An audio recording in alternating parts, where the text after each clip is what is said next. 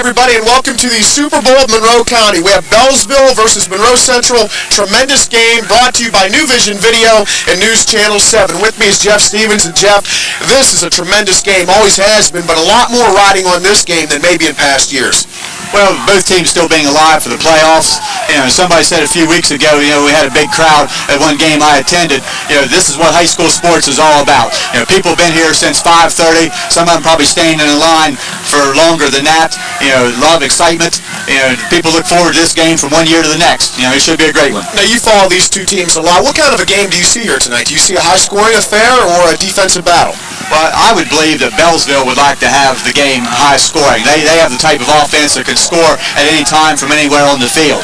Monroe Central a little bit more defensive-oriented. I think they would like to grind it out on the ground and have the long drives, and probably would prefer a low-scoring game. Now, talking about the history of this game, what does this mean to both communities, more so than to the football players here? Well, it's bragging rights for the year, and whoever the winner is, they sure let the other person know who won, probably every day of the week until next year's game. Right, okay, so we have a great one for you here tonight. 7-2 Beallsville, 9-0 Monroe Central. The kickoff is coming up. As time passes, your needs change. Woodsfield Savings and Loan has changed to meet those needs. At the Woodsfield Savings Bank, we know your schedule requires a drive-through and night deposit box. You want convenient parking, direct deposit, and automatic payments. At our new location on State Route 78, we want to meet your needs for a home mortgage, car loan, checking, and savings account.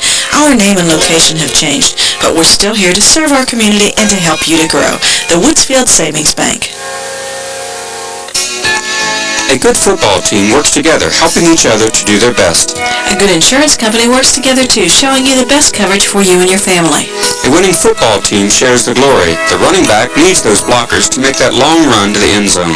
A winning insurance agency represents several companies, so you have personally designed coverage to take you wherever you need to go. The Monroe Central Seminoles have a winning tradition. And FW Shoemaker has a winning tradition of service, integrity, and customer satisfaction. Two local traditions that keep on going.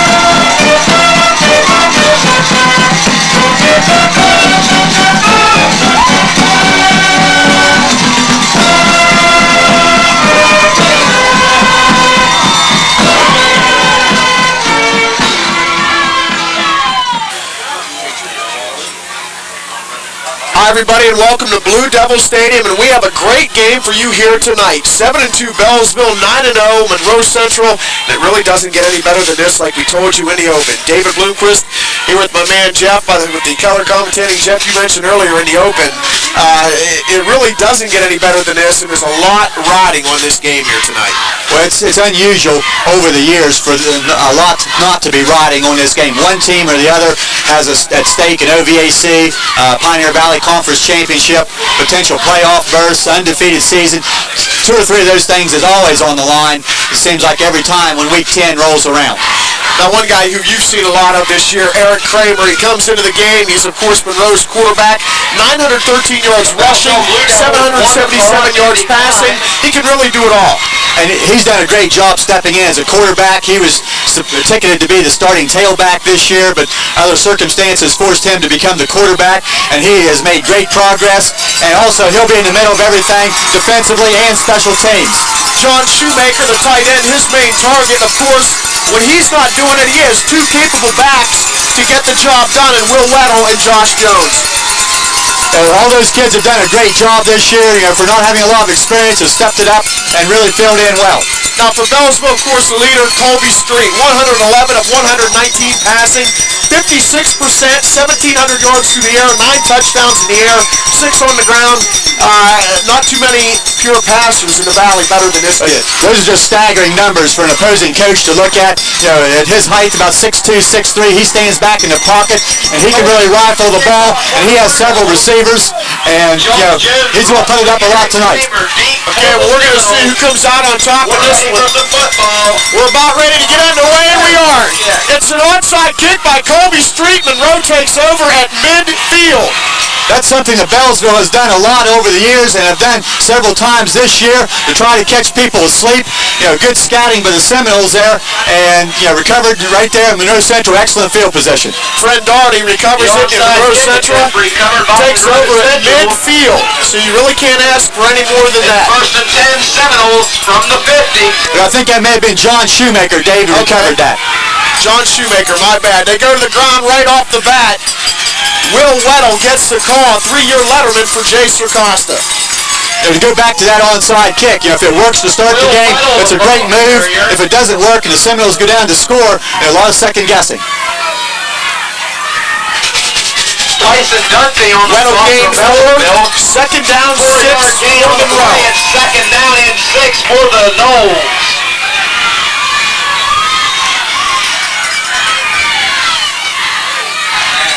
Kramer going up top, looking deep right off the bat, and it's just out of reach of the intended receiver.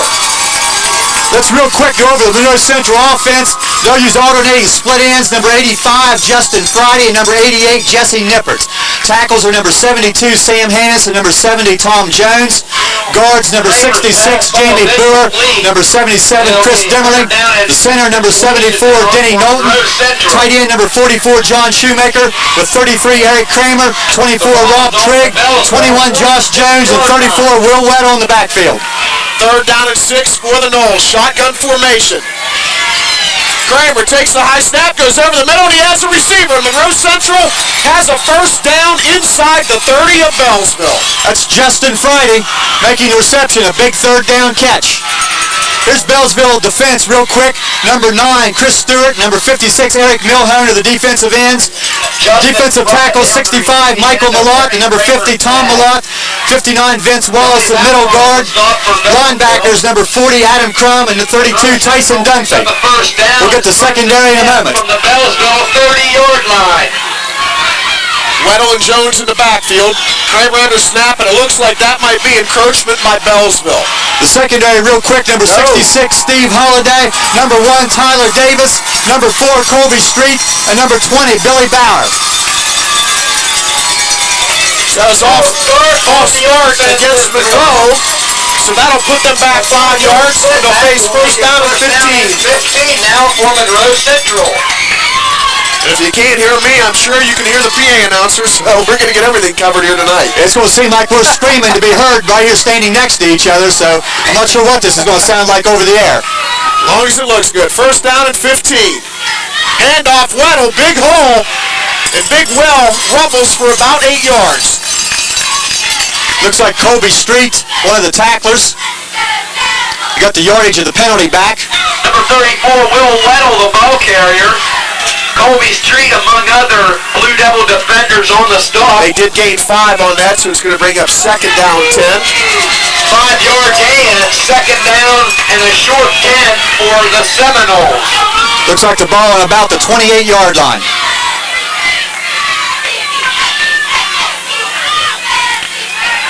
Back to the air, maybe Kramer. No, he's going to try to run it. He's taken down in a hurry. 32, Tyson Dunphy. Tyson Dunphy, who's also the fullback for Beallsville, comes in with a big play on defense from his linebacker position. He has 65 tackles on the year. Definitely a two-way threat for the Blue Devils. Tyson Dunphy on the quarterback sack. Takes it back to the 32-yard line. Bring up third and about 13. 4-yard loss, and it's 30 and 13 now for Monroe Central. Let's see if Jay goes end zone here. Kramer, a lot of time. Out to Weddle. Weddle makes a nice grab, and he's looking for some blockers. If he's not going to get enough. That was a nice play by Weddle just to catch that football. An excellent grab, but then number 20, Billy Bauer, made a great effort to get through the screen and make the play because he was by himself. If they get a block on Bauer, Weddle probably still running. They'll bring up 4th and about 5. Make it 4th down and a long 4 for the Seminoles. But much more manageable than 13 to go. Now at 4th and 5, you can do a lot of things. Ball at the 23-yard line. Going for it. Weddle the lone setback. Let's see if they call his number. It's a rollout. Kramer's going to try to keep it, and he can't make the corner. Tremendous defensive play by Tyler Davis. Beallsville takes over on downs. The Beallsville defense has taken a lot of heat, given up a lot of points at times this year, but they stepped it up there and made a couple of big plays. Tyler Davis, it looked for an instant like Kramer had a lot of running room. Davis, one-on-one in the open field, made the play. Kramer on the keeper. Tyler Davis on the stop. Turnover on downs, and Blue Devil football. That's a big play in a lot of ways because it was his job. If he allows Kramer to get around the outside, Kramer's going to pick up a lot of yardage. He not only made the tackle, but he made sure he didn't bust it to the outside. Now we have Beallsville on offense, and they start off on the ground. And why don't you talk about that offense? Yeah, that ball carrier there was number 23, Tony Stevens, just a freshman at tailback. Some other people you're going to see, number 32, Tyson Dunphy at fullback, number 9, Chris Stewart, number 20, Billy Bauer. Tony Stevens, the Tight end, number 17, Joey Lang. Of course, the quarterback is number 4, Colby Street. Split end, number 1, Tyler Davis. We'll give you the interior line here in just a moment. Down in 8 now for Beallsville. Street's going to go up top. You see the arm right here, and he has an open man, and it's caught. Tyler Davis, he does it on defense, he does it on offense. Get back to that line, Joe. The offensive line, which will be asked to do a lot of pass blocking, tackles number 59, Vince Kinney, number 76, Chad Kinney. Number 50, Tom Malott at guard, along with number 51, Terry Coldwater, leading with 65, Michael Malott, and the centers, number 56, Eric Milhane. Rook Craig on the coverage for Monroe Central. First and 10 from the 49.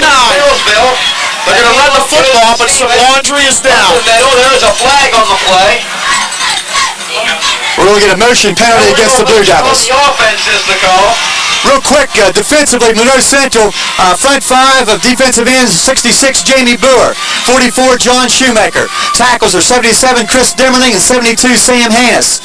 Middle guard, 74, Denny Knowlton. Linebackers, 34, Will Weddle, 21, Josh Jones. Defensive backs, 32, Daniel Ledwig, 24, Rob Trigg, 33, Eric Kramer, 88, Jesse Nippert. As you can see, a lot of the same names offensively and defensively. Both teams. Second down and 10 now for Beallsville. Of course, this production being brought to you by New Vision Video and Channel 7. Just happy to be a part of a huge game like this. David Bloomquist here with Jeff Stevens bringing you all the action. Second down 10 from midfield. Colby Street back to the air. Drops back. That one's incomplete, and he just showed off the gun, Jeff. Even though it was incomplete, you can see what kind of an arm Colby Street I has. say Colby stands big back there, and he can rifle it. You know, he had a receiver open, and Davis just overthrown, and that's going to happen when you throw the ball this much. The 50-yard line. Of course, what's interesting, if you look at his main receiver, it's Chris Stewart. As far as I can tell, a tailback. So it's a lot of, seems like a lot of maybe screen passes or 5-yard outs on your tailback. And they'll move Stewart around a good bit. And right now, Stewart is not on the field offensively, but they'll move him around or have him most of the year. Weddle pressure up the middle. Street gets it off, but again, he overthrows his receiver. Well, the key on that play, I think, was a little bit of pressure. Boer and Knowlton had some pressure for the Seminoles, and you get a quarterback who's going to stand back there and throw. If you allow him to stand there, he's going to complete passes. Put some pressure on him, make him unloaded. Fourth down and 10 now for the Blue Devils. They're at midfield. I would say this isn't 4-down territory. Of course, Monroe went for it on 4th, but he was inside the 30. Kramer and Jones are deep. Nope, they are going to punt it. Kramer and Jones deep for the Seminoles, and Colby Street on the punt.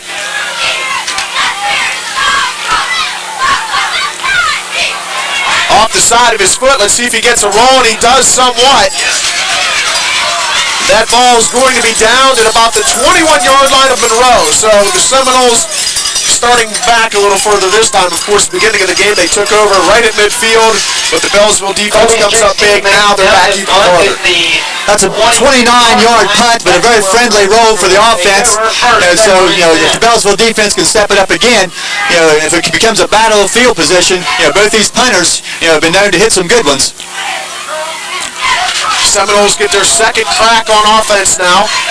They're going to face a first down and 10 from their own 21. We have a scoreless ball game. 6:47 left to go in the first quarter. Kramer to Jones, and he's out close to the 30. Tackled on the play by Dunphy and Davis. Looks like 7, maybe 8 yards on the pickup, and here to Jones just kind of ran by a guy at the line of scrimmage. Of course, if you're Jason Acosta, you're picking up 8 yards on first down. That can set up a whole array of offensive plays. That's all that Beallsville can allow. Neither team can allow is that big gain on first down. Actually, he got 6, so it's second down and 4. Full house backfield. Kramer gives it to Jones again. He fights for a couple, and I believe Mr. Dunphy in on another tackle. Appears he had an assist from Stewart on the far side. He's going to be just short of his first down, it appears from here. The officials looking at it, we may get our first measurement. Dunphy and Chris Stewart on the stop for Beallsville. Jones once again the ball carrier. Jeff, you've been to a lot of these games. Looking at this crowd out here, I mean, it's unbelievable. This is the first one I've been to, and the bleachers are packed, and you're talking very close. Some places 3-4 rows deep around the fence. Well, the gates opened at 5:30, and I'm sure there were a lot of people in here shortly thereafter. A lot of people in their cars because of the weather. Just about 7 o'clock, there didn't seem to be that many people here, but they say they're lined up all the way around, and just think what it would be if it was 15 degrees warmer. 50 seconds left in the first quarter and counting. Third down and 1. Weddle and Jones in the backfield. Kramer keeps it himself. It appears he picked up the first down. And talking with both coaches before the game, Jason Acosta feels that he has to win this game in order to get in the playoffs. He doesn't want to rely on any kind of help or ifs and buts. They're looking at this as a must-win, and of course it is a must-win for Beallsville in order to get to the postseason. All you can do is take care of business yourself and let the chips fall where they may. You have no control over what somebody else does. So you take care of business, and tune in later and find out for sure what the story is. That's exactly right. First down and 10 Seminoles. Trying to keep their second drive of the game alive. They've been doing it on the ground, and they keep it on the ground. Weddle, but this time he doesn't go too far because Chris Stewart is right there to meet him. And it looks like number 66, Steve Holliday, up from his secondary position to assist on that tackle along with Stewart. Stewart has 68 tackles on the year. That's third on the team behind Mr. Kobe Street. Second down and 8 now for Monroe Central. Second down and 8 for the Seminoles. I formation. Gonna run the option. Kramer the pitch to Jones. Trying to break it to the outside. He can't do it.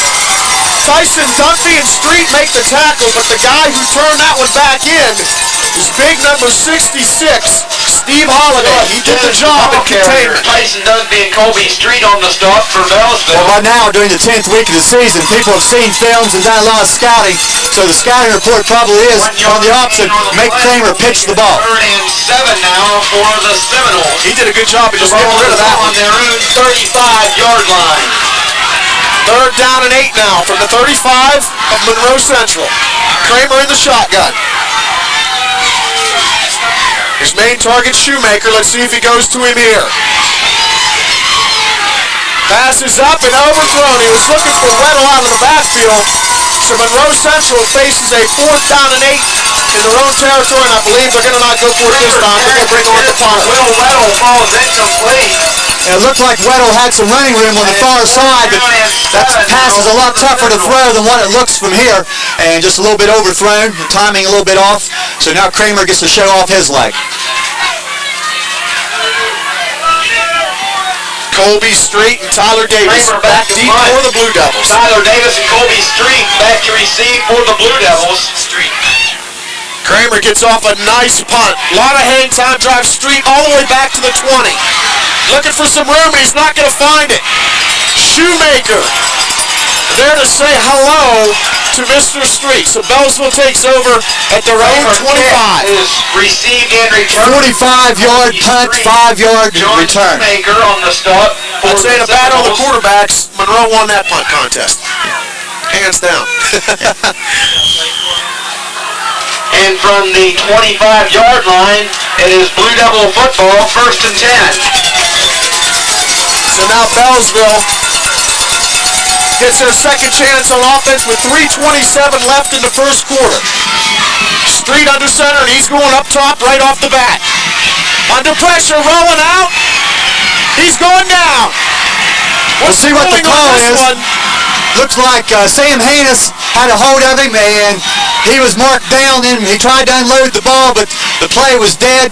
Clear back at the 13-yard line. Colby Street is brought down behind the line of scrimmage for a quarterback Loss of sack. 12 on the play. Actually a loss of 10, so it's going to bring up second down 20 deep in Beallsville It'll territory. be second down and 20 now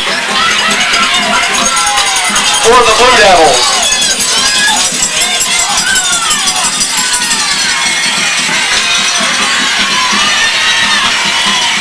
Street going up top again, looking deep, far sideline. He's looking for Davis, and it's incomplete. Nice coverage by Monroe Central. For Tyler Davis, ball's incomplete. Rob Trigg on the Rob coverage. Trigg. That's a play that's been a Coach Caldwell favorite for years and years. They've always had the speedy wide receivers.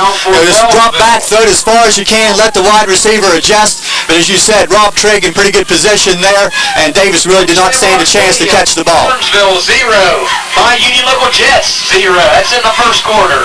They'll bring up 3rd and long, and it's the first time thus far in the first period Beallsville has been in a 3rd and huge situation. Street just aired that last pass out for 55 yards. Let's see what he does here. Little route to the corner. That's complete. That one is complete. He's been going to Mr. Davis all game long here in the early going. Another big completion for a first down. Well, he needed 22. Looks like he picked up about 24. And Davis just looked like he was going long as he did on the previous play. Stopped, and the ball was already in the air when he turned. And that's nothing more than timing. They've thrown that pass hundreds of times since the 1st of August. And this time it works for a big pickup on 3rd down. The Blue Devils have the football, 1st down and 10. First and 10 from the 38 of Beallsville. This time they go to the ground, and they have a huge hole right up the gut. Tyson Duffy could be gone. Taken down inside the 30 of Monroe Central. Beallsville on the move. After you pass, then send a good back in there like Dunphy, that's a pickup of about 31 yards, it appears. So now all of a sudden, after 3rd and long, near their own goal line, the Blue Devils are in business, and Monroe Central will spin a timeout. 2 minutes and 5 seconds left in the first quarter. We're going to take a break right now. Your score, 0-0 with 2:05 left to go in the first.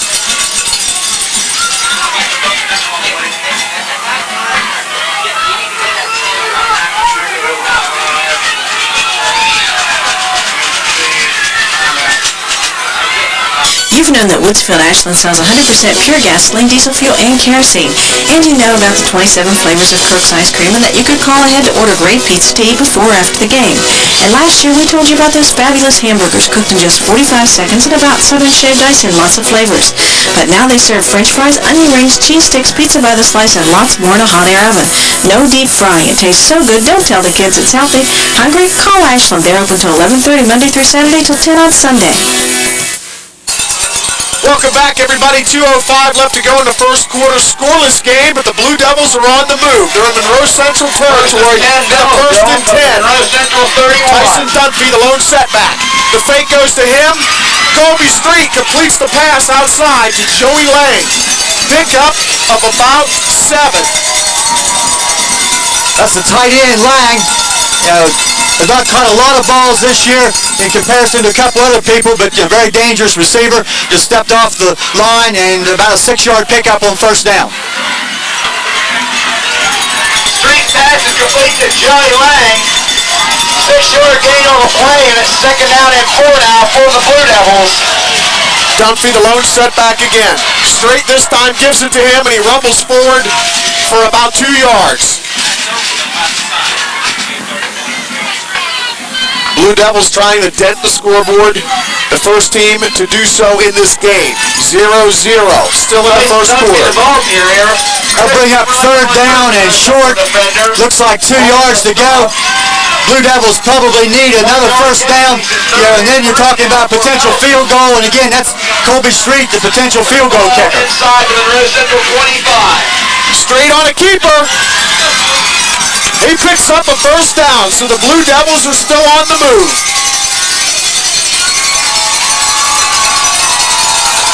And they've been getting the job done by mixing the pass with the run perfectly. Of course, the big pass coming on third and 20 with Street found Tyler Davis down here in the corner. Well, that's a good play call. It's something that had not been shown during the first part of this drive or on the previous drive. And, it's something that they'll run a lot. I know Beallsville likes to run the option also back to the short side of the field, so that's not the last time we'll see it.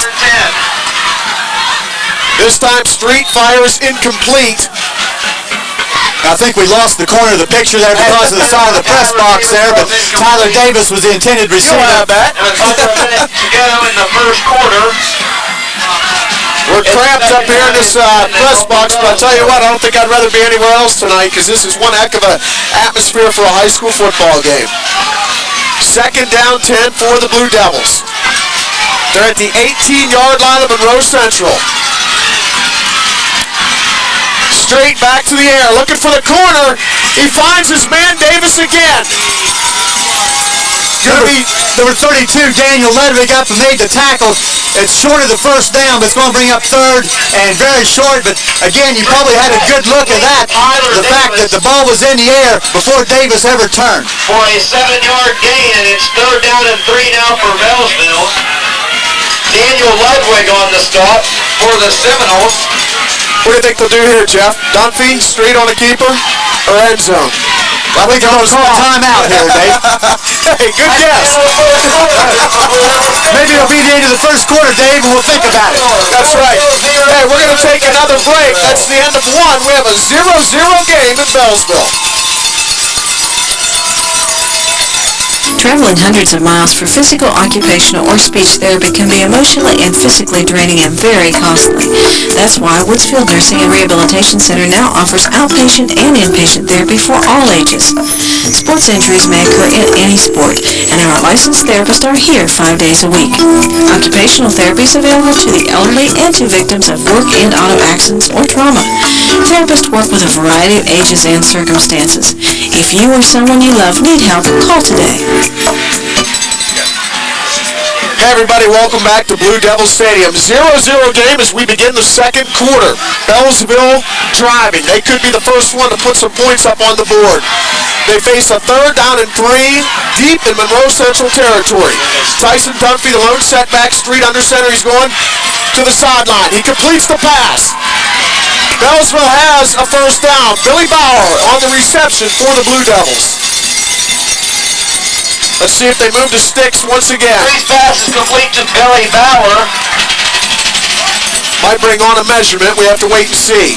Yes, it will. Very close to a first down. For a measurement as it is close to a first down. Jamie Boer and Daniel Ludwig on the start for Monroe Central. The officials bringing out the chains. And they're going to check it out. If it is a first down, it'll be first and goal Beallsville. If not, it's going to be 4th and inches. And it is 4th down. It is just short. 4th down and inches. In the first quarter, Martins Ferry 6, Bel Air 0. And no decision to be made. Okay. This sort of situation here, Beallsville, no hesitation, will go for it. Kobe Street on a keeper, and it looks like his forward progress gets the first down. He didn't need much. He did not get very much, but all he had to do was fall forward. I'm sure the officials are going to take a look at this to make sure they get the proper call. Well, it all depends on the spot and the initial surge. He had the first down, and he does get it. Doesn't matter where he ends up. It's where that surge ends, and Kobe Street had enough to pick up a first down. So first and goal, Beallsville. Blue Devils at the 8-yard line. You know it's first down. And if you remember back, this drive started at the Blue Devil 25, and with an 11-yard sack on the first play, they have come clear from their own 14-yard line on this drive, which is now over 10 plays, and threatening to score. And they've done it two ways, through the air and the big run by Tyson Dunphy. So first down and goal, Beallsville. Street outside, finds his receiver, and he's not going to get too much. Chris Stewart on the reception. He ran into a lot of resistance over on the sideline there. Complete to Billy Bauer, Daniel Ludwig, and Jamie Brewer on the stop. Ludwig and Brewer on the stop for the Seminoles. Stewart on the catch, my fault. Gain of 3, second down and goal from the 7.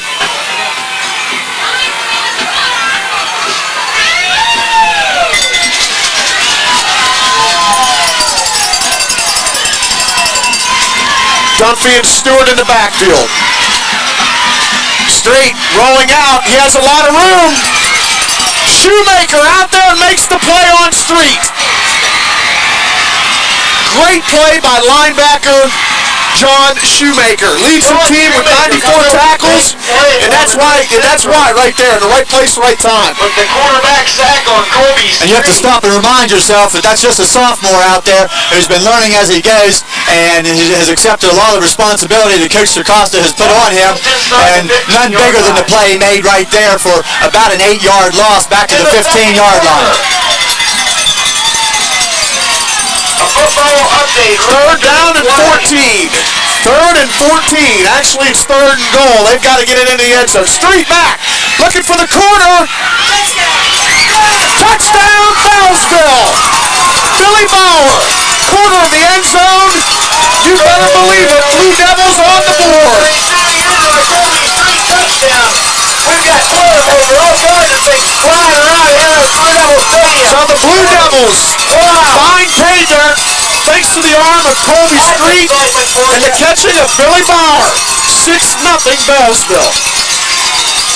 I can't even hear myself talk anymore, Jeff. It's so loud here. Street is now on to attempt the point after. But that was just the old fade pattern, thrown up into the corner of the end zone, and a timing play, and a nice throw, and a nice catch. Street splits the uprights. We have our first score of the game, 7-0 Beallsville. We'll take a break, and we'll be right back. As always, Woodsfield True Value has lots of things on sale for fall cleanup. Stop in today to check out the bargains. While you're there, see their new display of kitchen and bath cabinetry, vanities, sinks, and countertops. Save up to 65% off the suggested list price of selected styles of cabinets. Choose from white laminate, oak, hickory, cherry, or maple wood, and choose from a variety of styles and materials in vanities and countertops. At Woodsfield True Value, help with your new kitchen or bath is just around the corner. Hey everybody, welcome back when 11-play drive pays off. Beallsville on the board thanks to Street to Bauer. On third down and 17, they find the end zone. Street on to kick off. And that time, he tried an onside kick and he whiffed. That's the closest thing you could get to a swing and a miss in football I think you're ever going to see. Well, 2 kickoff attempts, that's the second time we've tried that. Maybe the thinking there is, well, Monroe Central won't expect it twice in a row. But as you said, Street just nearly missed the ball. It only went about a yard, and then Shoemaker ran in there and tried to pick it up. If Beallsville would have stood there, Shoemaker could have picked that up. It was live. He could have went the other way. Monroe Central kick.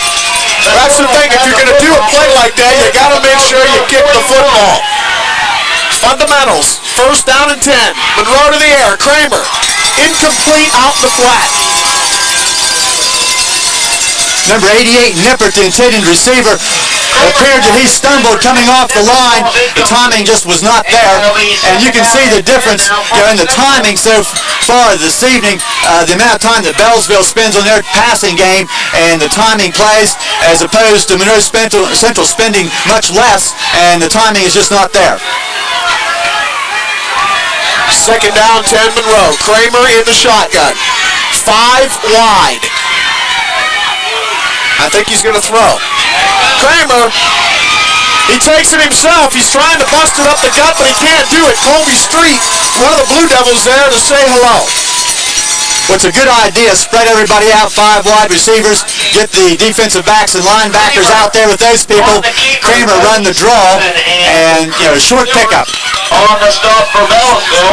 Third down and 8 for the Seminoles. 2-yard gain on the play will make it a third down and 8 situation now for the Seminoles. Ball at the 38-yard line for this 3rd and 8.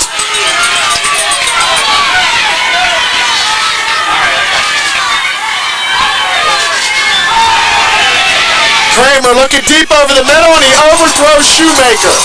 That would have been very close to a first down if Shoemaker could have somehow grabbed that pass. The ball just delivered a little bit high. If he's able to make that catch, he was going to the ground right near the first down situation, and that's going to bring up a decision here at the 38-yard line, and it looks like Monroe Central will punt the football.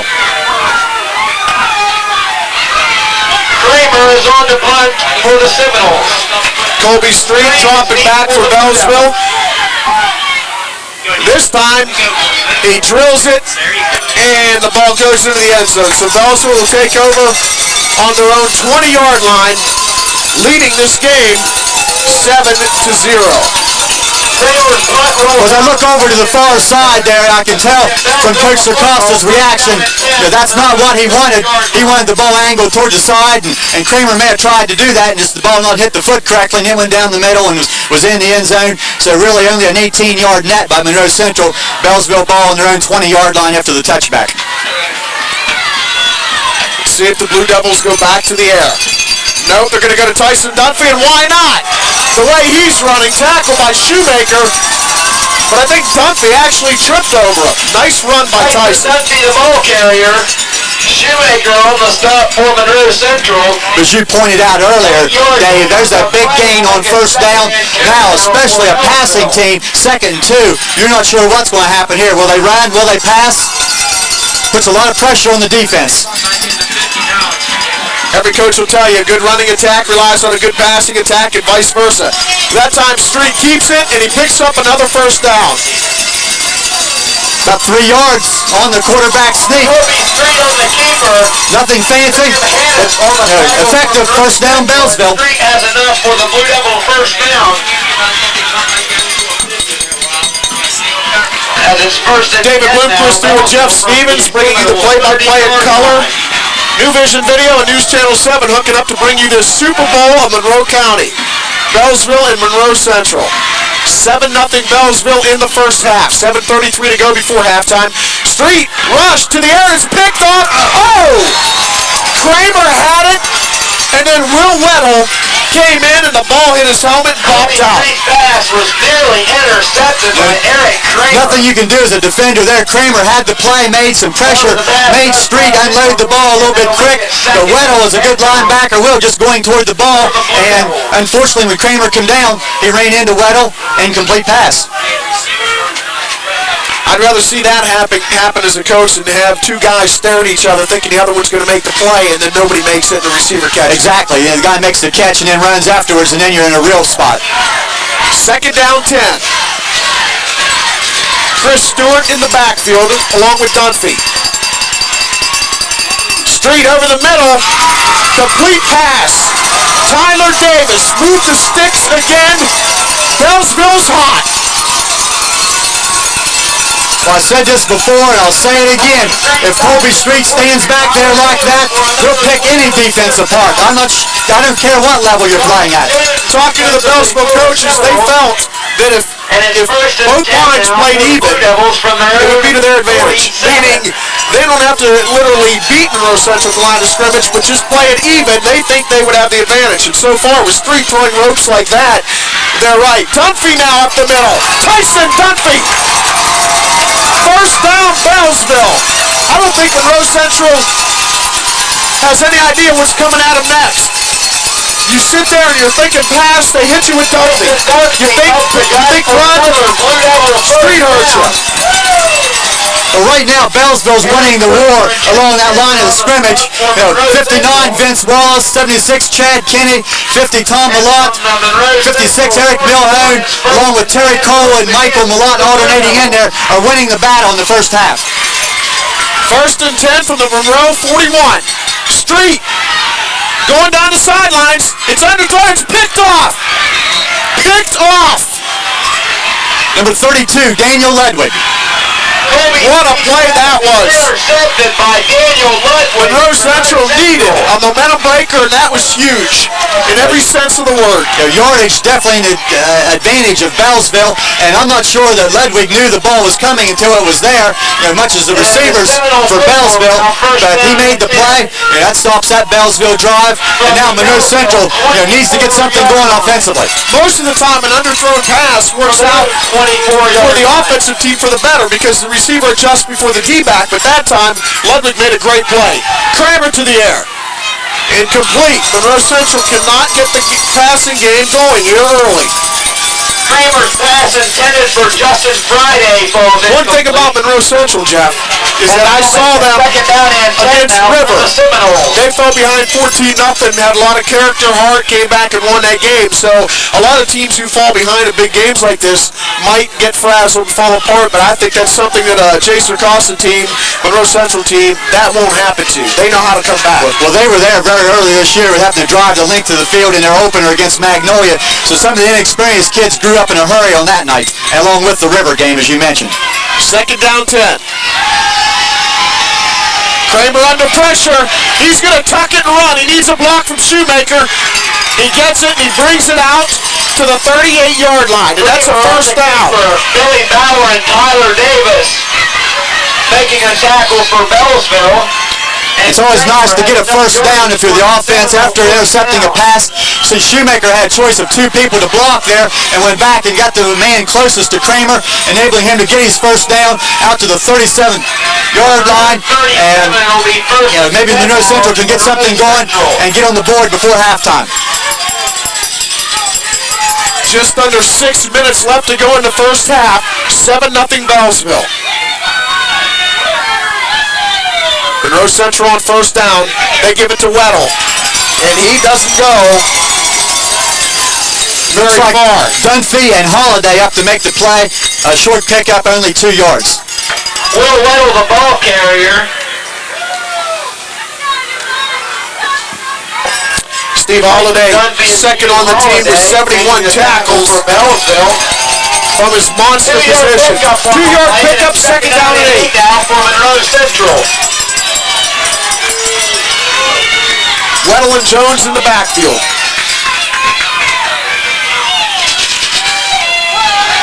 Kramer's going up top. He has a receiver and he fumbles the football. That pass is ruled incomplete. That was a very, very close one. Nice play out there by Billy Bauer. Falls incomplete. Billy Bauer on the coverage for Beallsville. The ball was caught there, and then Friday was very close to the first down, but Bauer delivered a tremendous hit, and the ball came loose. Definitely an incomplete pass, but again, big hit out of the secondary, and this Beallsville defense, doing a great job. I believe that would have been a first down there. Now it's third down and 8.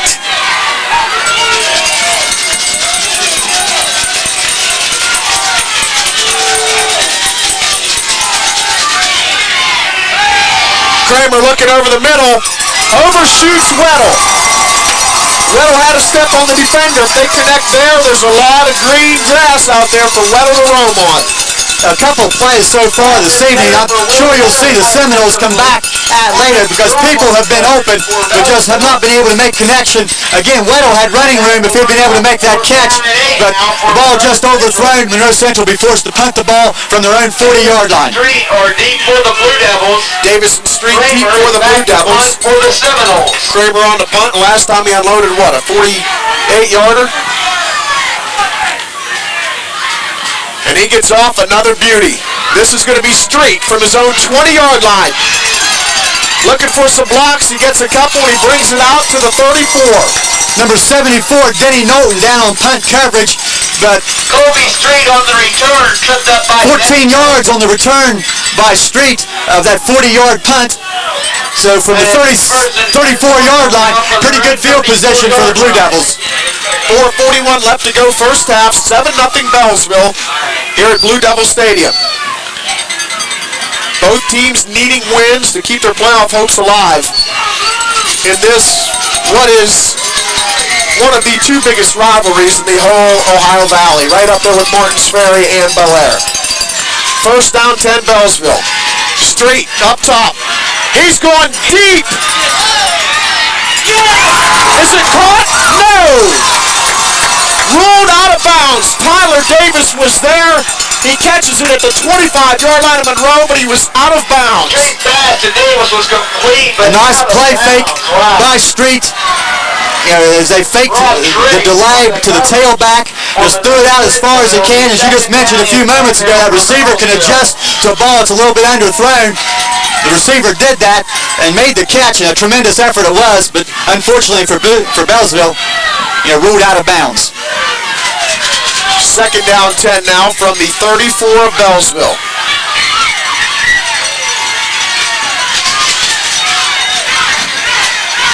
Stewart in motion. Street under pressure. He's going for Stewart. That's a first down.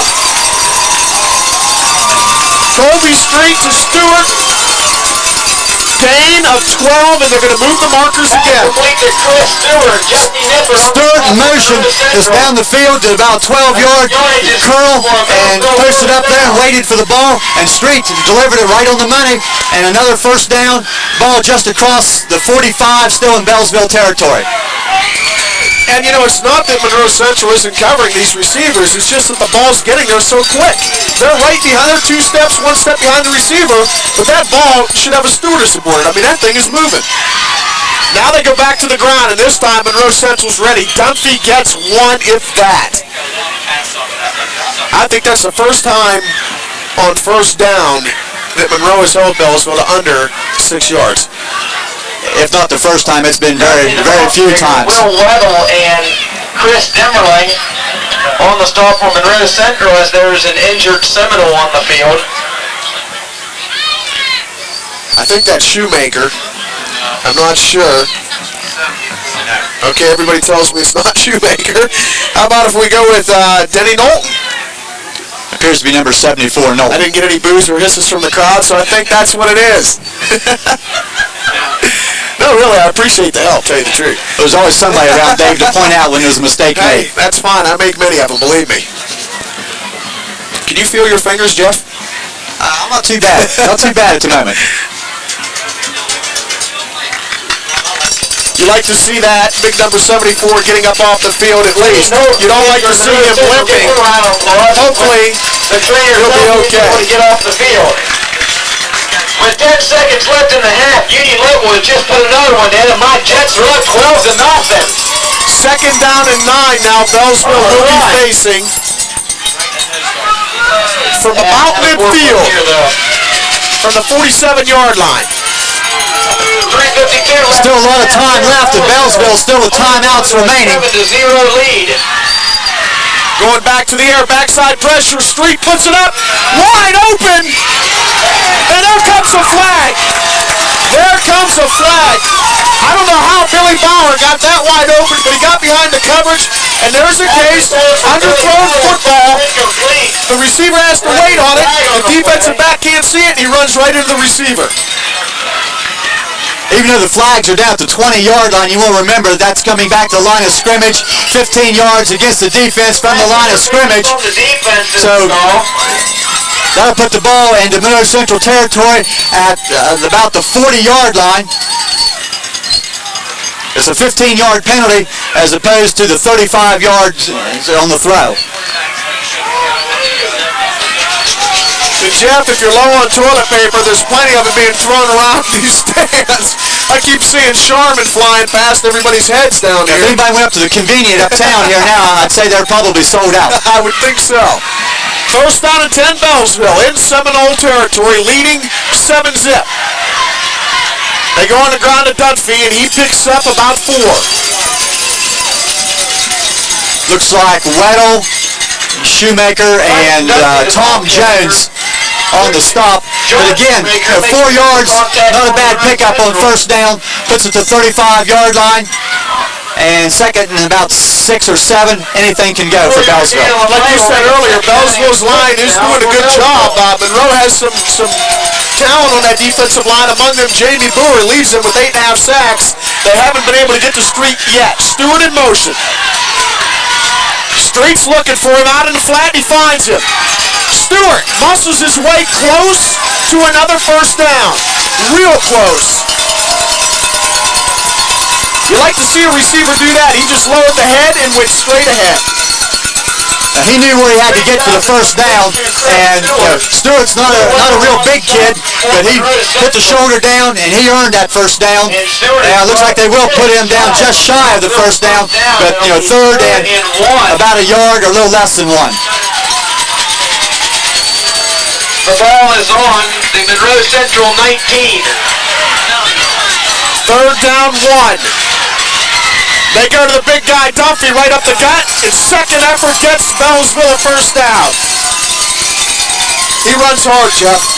A lot of yardage here in the first half. He only needed about 2 feet on that, and he'll pick up a couple of yards. But a very big first half for Tyson Dunphy, and that has helped immensely the passing game.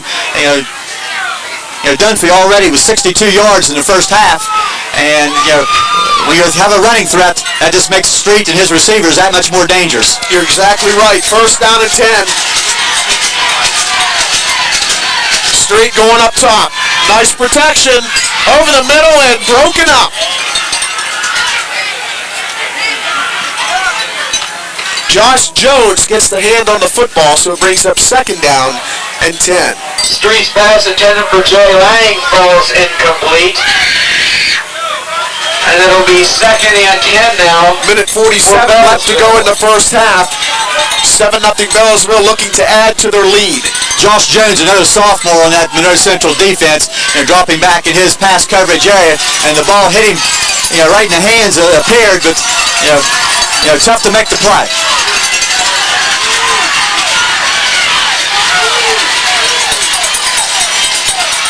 Street fakes the handoff, going for the corner of the end zone. He has a man open, and he can't make the catch. Billy Bauer keeps getting open.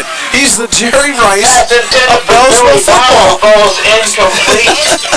But what may have helped there, I don't think we had a shot out there, but when that play was over, one of the few times tonight, Street was on his back, as he had some pressure from Shoemaker, and maybe had to unload down a little quicker than what he really wanted to. Third and 10. I like to have an isolated camera on Bauer to see if he's running off the sideline, because he is just wide open on every play. Third down 10. From the Monroe Central 28. Street looking for the same corner. And that, you might as well just put that on the board every time. Tyler Davis, that out pass. The way they have perfected that play, it's almost unstoppable. They must practice that play 100 times a day. It's going to bring up fourth down. That's about half of the yardage, and Beallsville will spend one of their timeouts. Well, I think we're going to call timeout too. So right now, we have a minute 33 left to go in the half. 7-0 Beallsville. Jackson's Newsstand has something for everyone in your family. They carry a huge selection of balloons, gifts, and cards for all occasions. even personalized cards from Woodsfield. And it's time for school supplies and jigsaw puzzles, paperbacks, magazines, and of course videos. Enjoy one-stop shopping at Jackson's and save money too. Money orders are only 66 cents and delicious cappuccino just 69 cents. Pick up some groceries, sundries, lottery tickets, and jewelry. Services include UPS, Western Union, and copies. Jackson's Newsstand, much more than a convenience store. Welcome back, everybody. David Bloomquist here with Jeff Stevens. A minute 33 left to go in the first half. Fourth down and 6 for Beallsville. They're looking to add to their lead, and Beallsville is taking another timeout. Well, obviously, whatever they called, once Coach Caldwell took a look at it from the side, he didn't like it, and with the timeouts left, a chance to score, you're not willing to get a loss of this situation, and he'll spend that second timeout. So he'll make an adjustment, and he's going to change some personnel, it appears. As looks like they're going to get number 2, Luke Caldwell, into the game for this fourth down play. Offensively, for Beallsville, this has been the Davis and Bauer show. Two very good wide receivers who are getting a lot of action. Kobe Street putting it up. I believe he has 114 yards through the air. Throwing. He's been on the mark mostly the whole game except in the beginning when he overshot a couple receivers. That could have been jitters or just... Well, what makes Beallsville dangerous, with the exception of Davis and Dunphy, some of the other kids we have seen are just juniors. Street a junior, Bauer a junior, Stewart a junior, so they have some people that'll be back in another year. 4th and 6 for the Blue Devils. So here we go. Fourth down and 6. Street, backside pressure, dumps it off over the middle. This could be a touchdown. Tyler Davis finally gets corralled, but that's a first down, Beallsville. We just talked about him, and there he is again. There was the flow all going to the right. Davis come back on this quick screen. Kind of running a slant against the grain, made the catch, and then had some running room. Now Beallsville, with one timeout remaining, will get in the hurry up. Here we go, first down and 10. Straight looking cool to the end zone. Davis can't hold on to that one.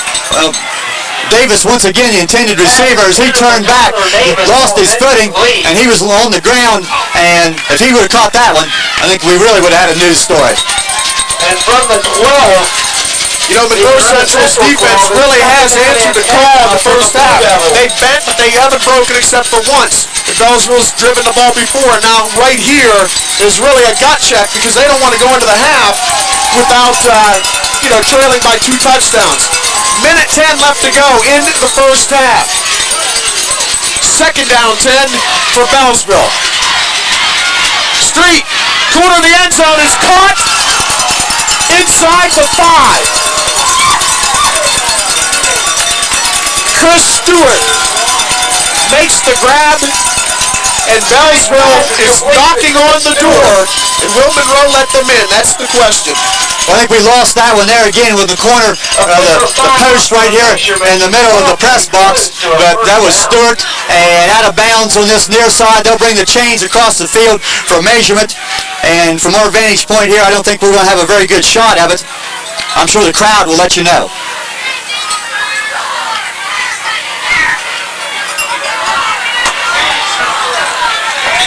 about a foot shy of a first down. So they're just inches away from a first down. And the important thing is they can get a first down by getting into the end zone. And the officials are going to put the ball, looks like the 3-yard line. But as you said, Beallsville can get the first down, down near the 2. So it's third down and less than a yard. Then at 3 left. And you have 2 great options. You have Street back there who can get it for you, or you give it to the big guy, Dunphy, and let him bust it right up the middle. As I mentioned earlier, I believe Beallsville still has a timeout remaining. Here we go, Dunphy, the lone setback. They give it to him, and Dunphy fighting for a touchdown. I know he has the first down, but did he get in the end zone? No signal yet. Tyson Dunphy, the ball But he is inside the 1, and it's going to be first and goal Beallsville with under a minute left to go in the first half. Well, they'll stop the clock to reset the chains. They say Dunphy had his first down. There wasn't any question about that. Was he going to get into the end zone? And now, the clock running, but Beallsville with a lot of options as far as the running game and passing. They can do a lot of things from here. Let's see if the door's open for Beallsville. Are they going to go through it? Street on a keeper. Touchdown, Beallsville. Colby Street does it this time with his legs. 13-0 Blue Devils. It appeared that somebody from Monroe Central may have had a hand on him in the backfield, but, Street, a big kid, able to step through there and get in the end zone, and Beallsville, a 2-touchdown lead just before the half. 30 seconds left to go in the first half.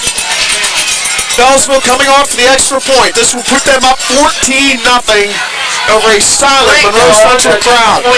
Colby Street on for the point after. Split the uprights the last time. Can he do it again? No! Good. Wide left. That was ruled wide left. So our score is 13-0. 30 seconds left in the half. Beallsville 13. Right now, we're going to take a timeout. 13-0 Blue Devils on top in Monroe County. Vote for Richard A. Yoss for Common Pleas Judge. Elect a Monroe County native who's qualified and experienced as an attorney and prosecutor. Dick Yoss has extensive trial experience in civil and criminal cases. As a practicing attorney for 28 years and Monroe County prosecuting attorney for 16 years, he is the most qualified man for Common Pleas Judge. You know Dick. He was born and raised in Monroe County. He and Marie raised their children here. On November 5th, a vote for Richard A. Yoss is a vote for Monroe County.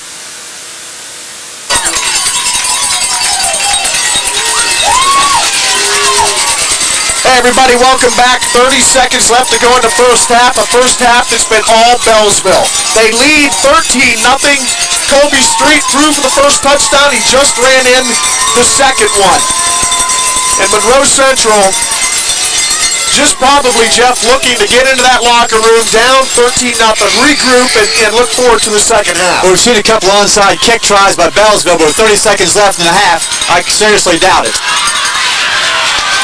You're a genius. Street on the kickoff. Ludwig, nice return. And Daniel Ludwig brings it up almost to midfield. Actually, that was Aaron Kramer. Returns the ball from Monroe Central. That's what I get for listening to the PA announcer. Aaron Kramer brings it back almost to midfield. So 22 seconds left. Couple quick passes. You never know what could happen here. It keeps saying it's interesting because if Monroe Central would have put the ball in play back at their 20 or 30 yard line, I'm sure they would have tried to go in at halftime.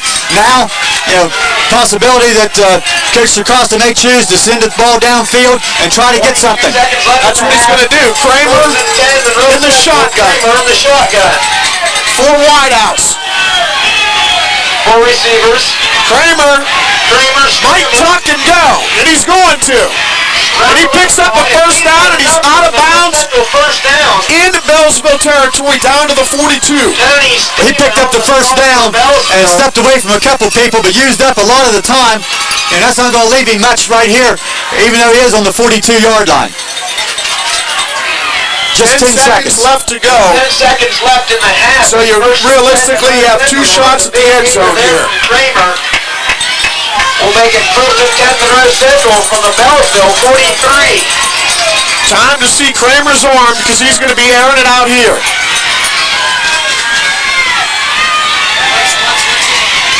Backside pressure. That's up. That's up. And it's incomplete with one. No. I thought there was going to be 1 second, but time runs out. Time runs out on the Seminoles in the first half. A half that the Blue Devils have really gotten the job done in. The Beallsville fans, they expect to score points, so they're probably not surprised by the 13 points on the scoreboard. But I'm sure the fans, Coach Dave Caldwell, and Coach Defensive Coordinator Vic Wallace are ecstatic about the fact that they have kept Monroe Central off the board.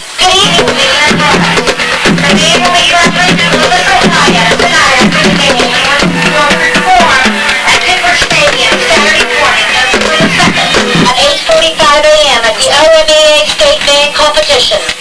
Now, ladies and gentlemen, the pride of Monroe Central, the 1996 Marching Mules.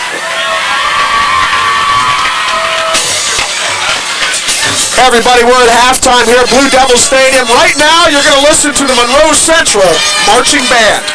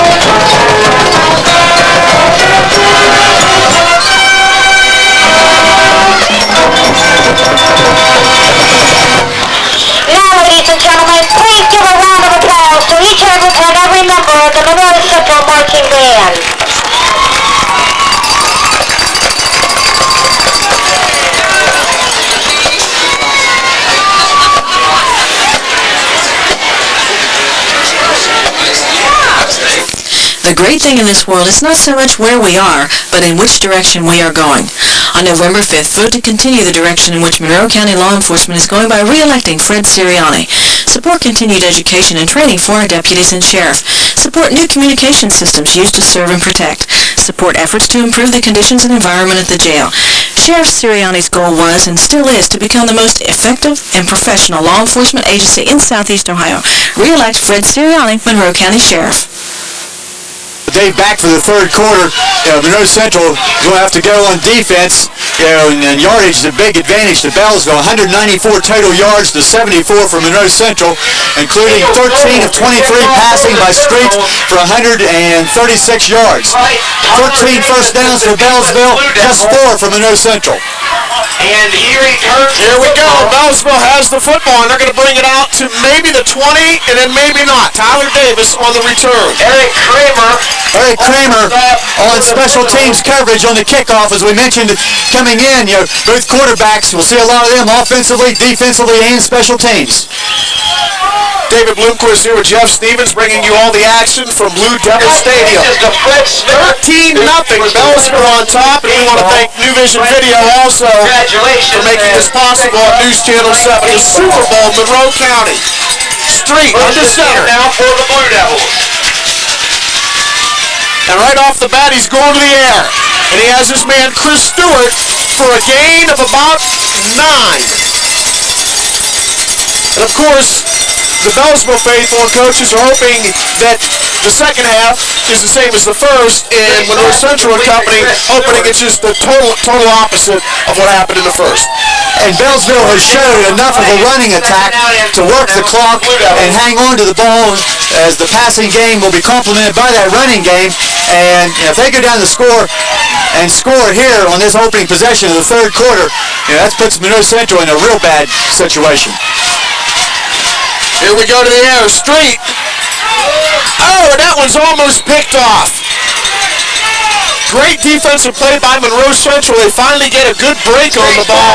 It's number 88, Jesse Nippert, just a freshman Nippert from his defensive secondary, and that's the kind of break Monroe Central needs. If they can pick one off down on this end of the field and maybe return one for a score.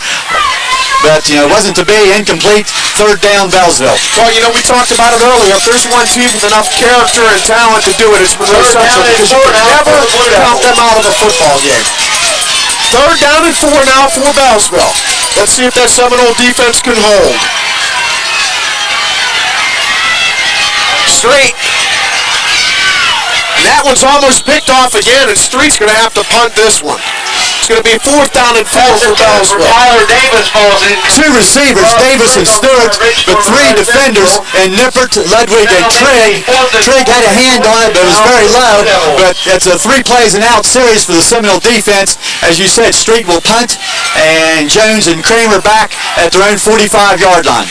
Well, Seminole defense did exactly what Sarcosta, I'm sure, told them they had to do. Come out 3 downs and out. Let's see if the offense can get the job done against a stiff Blue Devil defense. High snap. And Street gets off a nice punt. That's a roll that doesn't favor anybody, but it's going to be down at the 40-yard line of Monroe Central. So the Seminoles will take over on offense.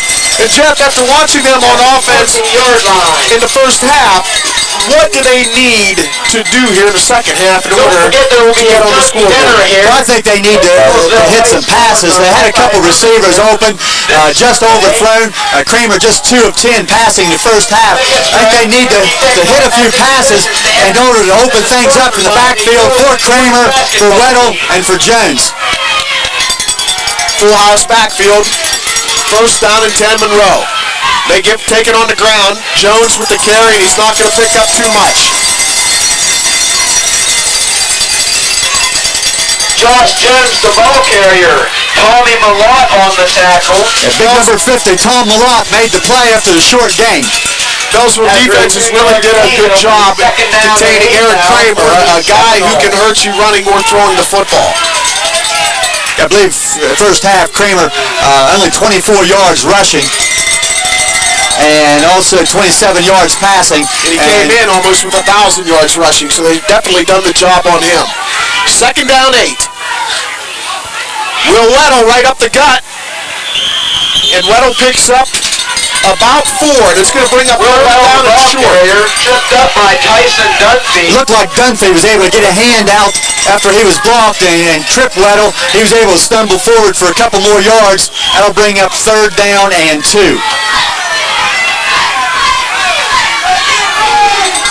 6-yard gain on the play, and it'll be third down and a long 2 now for Monroe Central. Kramer under center, 3 guys in the backfield. They give it to Jones, and Jones with some hard running picks up the first down. Monroe Central into Beallsville territory now. Davis and Stewart on the play, but as we have seen a couple times earlier from the Beallsville runners, Jones just kind of lowered the shoulder, was hit shy of the first down, drove forward, has the first down by about a yard. So just inside Beallsville territory, and you said, what does Monroe Central have to do? I think Coach Acosta would prefer to go down and get a score on this first possession and cut that deficit to 1 touchdown. They go back to Jones, and Jones, actually that's not Jones, that's number 24, Rob Trigg. It looks like almost like Acosta's coming out and decided to try to play some pound football, lining up everybody in the backfield, just pound, pound, pound. I think, that's what they wanted to do, I'm sure, coming in. Kind of got away from that, and now go back, power football. We've seen all 3 running backs, and Trigg, Jones, and Weddle. About time to see Kramer probably on a keeper. And 5 now for Monroe Central. Monroe needs 5 yards for a first. They give it back to Jones. Jones breaks a tackle, hard running, and they're going to move the sticks again.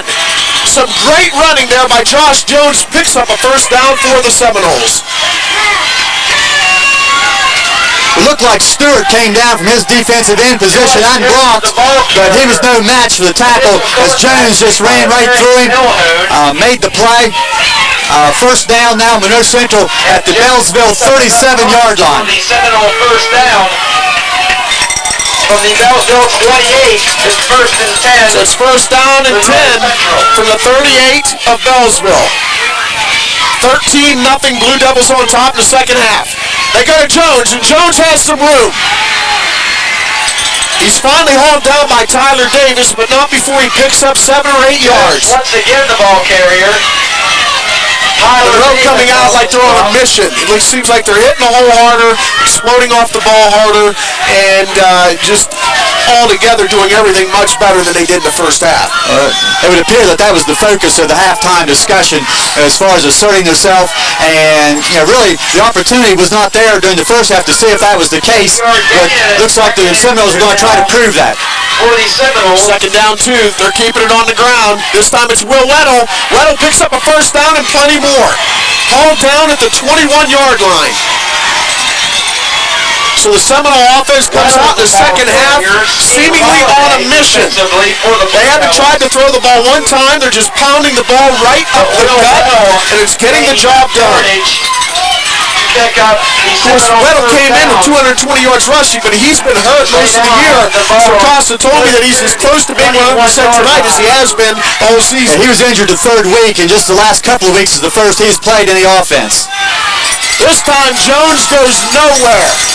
That's number 59, Vince Wallace, and he was just reinserted into the lineup for that play and had instructions to make that play in the middle, did his job, and that's the first time Beallsville's made a stop here in the 3rd period.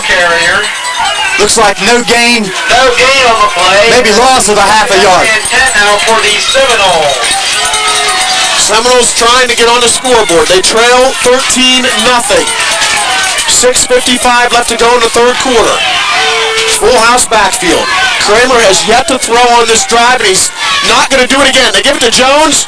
Jones running hard, picks up a couple yards, and did the ball squirt loose? Doesn't appear so. Once again, the ball carrier. Tyler Davis makes initial contact for Beallsville. But after the loss on first down, that gain now is going to bring up 3rd and 5. 5-yard gain on the play makes it 3rd down and 5. The Seminoles are definitely in 4-down territory now. Right, quite obviously 2 opportunities to pick up this yardage if needed. They need 5 for a first. Kramer's going to put it up for the first time. He's under heavy pressure. And somehow he fights back to the line of scrimmage. But I don't know how. Heavy backside pressure that time. Leading the way, Tom Mellon. Chris Stewart and Tommy Malott. That was a big play on Eric Kramer. Well, you might say, why go to the pass after so much success on the run? But that was all set up by that loss on first down. And after you run it, the play fake, they're expecting to run. And, Beallsville defense not fooled. Malott, Stevens, Stewart, Malone, and Wallace up there on the defensive line doing a great job not giving Kramer any time to throw. Kramer in the shotgun. 4th down and 6. Big play for the Seminoles. Got a man wide open in the flat. Nobody there. Touchdown, Seminoles. He couldn't get any more wide open than he did right there. There was not a blue shirt anywhere on that side of the field. Trick for a Monroe Central Seminole touchdown. So the Seminoles have life. Obviously some type of a mix-up there. The outside receivers running to the inside, and nobody went with Trigg to the outside. Touchdown on 4th down, and all of a sudden we've got a ball game. Well, it looked like the outside receiver did it in. The corner followed him, and I believe the linebacker on Trigg thought he was going to get backside help, and he didn't. Extra point. Splits it. So all of a sudden, Monroe's on the board, and Beallsville only has a 6-point lead. We're going to take a timeout. 13-7, Beallsville on top of Monroe.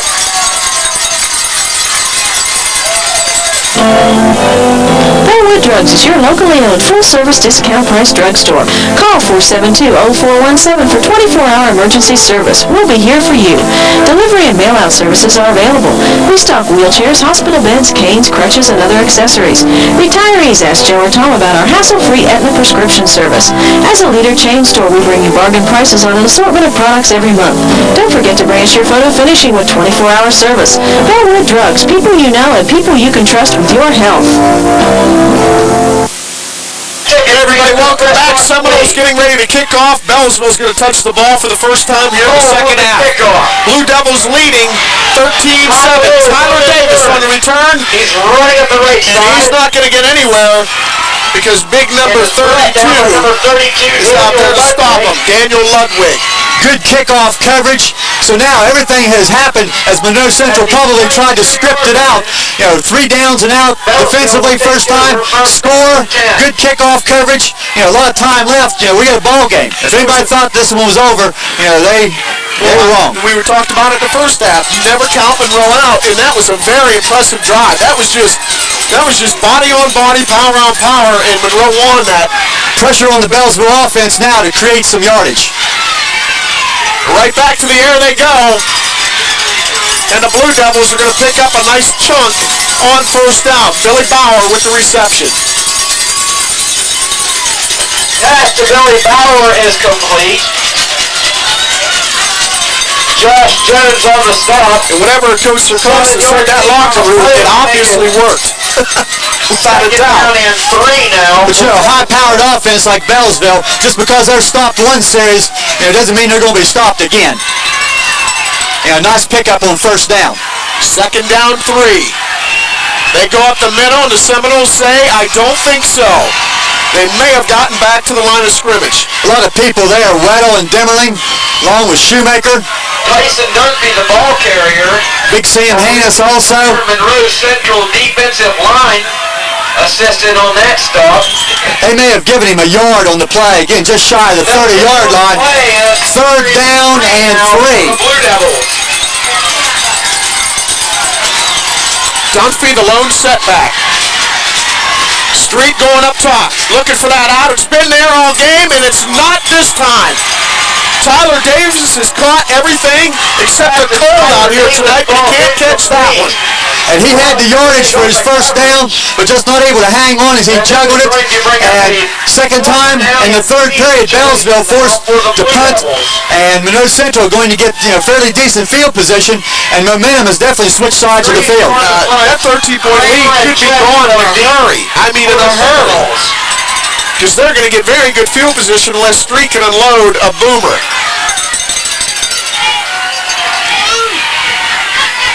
Low punt. Seminoles going to let it roll, and it's going to roll down to their 29-yard line. So a good punt by Street. Well, still not bad field position at the 29-yard line, but a nice punt by Street. But, you know, from a coaching standpoint, you have to catch that ball in the air because Monroe Central lost somewhere in the neighborhood of 10 to 15 yards by allowing that roll. That is the red ticket for the Monroe Central sweatshirt. Seminoles take over for the second time in this second half.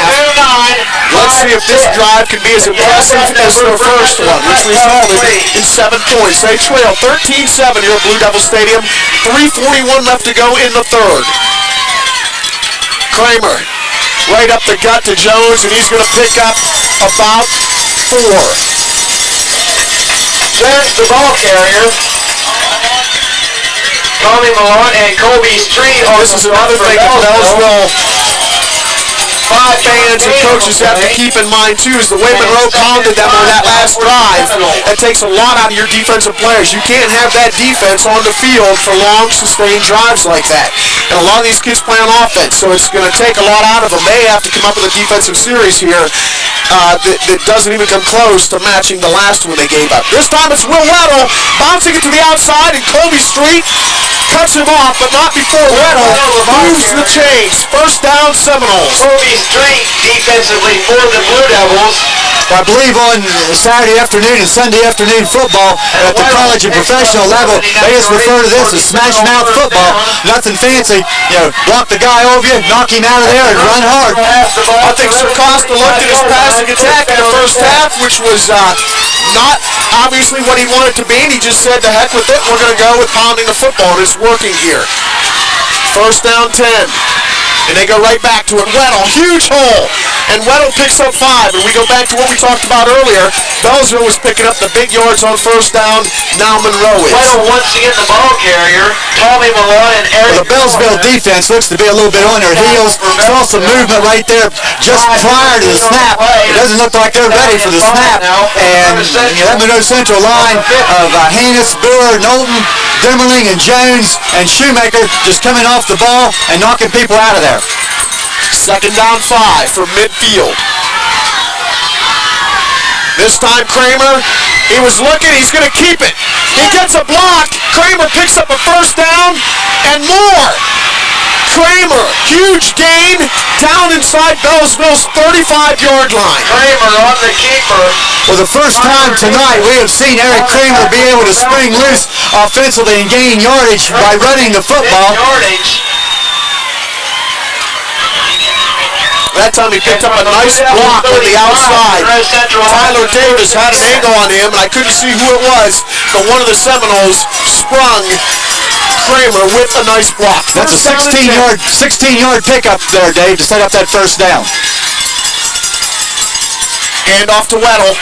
Cuts it back in. Weddle! Huge hole! And Willie takes it all the way down to the 20-yard line. The ball carrier. That's another 15-yard pickup. Tyler Davis made the tackle. You talked about a momentum switch earlier. To Cindy Shoemaker. All of a sudden a hush has come over the sidelines of the Beallsville fans, and you can hear the Monroe fans over there whipping it up. Well, everybody's saying, where was this at the first half? But basically, Beallsville had the ball the whole first half, and Monroe Central had it very little, and they went back to basics, as I said earlier, and they're in business once again at the 20-yard line. First and 10. Hand off to Weddle again, and Weddle this time is corralled. And this has been one quick third quarter. We're down under 50 seconds to go in the third quarter. 13-7 Beallsville in a quarter that's been thoroughly dominated by the Seminoles. Well, Beallsville has run just 6 plays from scrimmage and 2 possessions. Holiday and Milhone made that last tackle, but I think number 40, Crum, made a hit in the backfield to kind of slow things down. It's a gain of 1, second down 9. Kramer putting it up, looking over the middle, back of the end zone, and we have a penalty flag coming. Yeah, we've got a flag. We had a penalty flag. Tyler Davis out there mixing it up with the Seminole receiver, and more than likely this is defensive. For Jesse Nippert, false incomplete. That was Nippert. I didn't know for a second. It looked like there was some contact there, and I think the official just had trouble finding the flag in his pocket. Yeah, he saw the play all along and knew it was a penalty. His answer is cold as mine. I can see why he had trouble, but either way, that's a 15-yarder from the line of scrimmage, and the Seminoles are in business again. I look down there at the officiating crew, and I think I see one of your old buddies down there. Tom Bechtel, one of the officials there on this game. Mr. Tom Bechtel always does a fine job doing our color on our high school football games, and he and his crew doing a fine job down here tonight. Another thing, Dave, this always is a heated rivalry, but always a very clean game. That's just the third penalty we've had tonight. Seminoles in business. Weddle gets the handoff, breaks the tackle, and the big guy finally gets taken down. Imagine how productive this offense could have been all year with a healthy Will Weddle in it. Yeah, the first two games, he really did not have a lot of yardage. He was just starting to have a big game, the River game, when he was injured, and then did not play any more offense until week 8. You know what? We're at the end of the third quarter. I think that thing lasted a total of 15 minutes, and that was it. We're going to take a break, and we have a game that's turning into a barn burner. Right now, 13-7 Beallsville, but Monroe Central is on the back door and ready to go in. We'll be back. Before winter stops you in your tracks, stop by Monroe Tire Center, 314 Mill Street. You'll get top quality tires with fast, dependable, and courteous service. We have computerized balancing and four-wheel alignment specializing in front-end work, including shocks and struts. Our service also includes brake work and free brake inspection. We carry a full line of quality tires and are able to supply most brands you may want. Custom wheels and batteries also available. Whether it's new, used, or retread tires you're looking for, stop in for all your tire needs. For honest, dependable service, call Monroe Tire Center at 472-5188.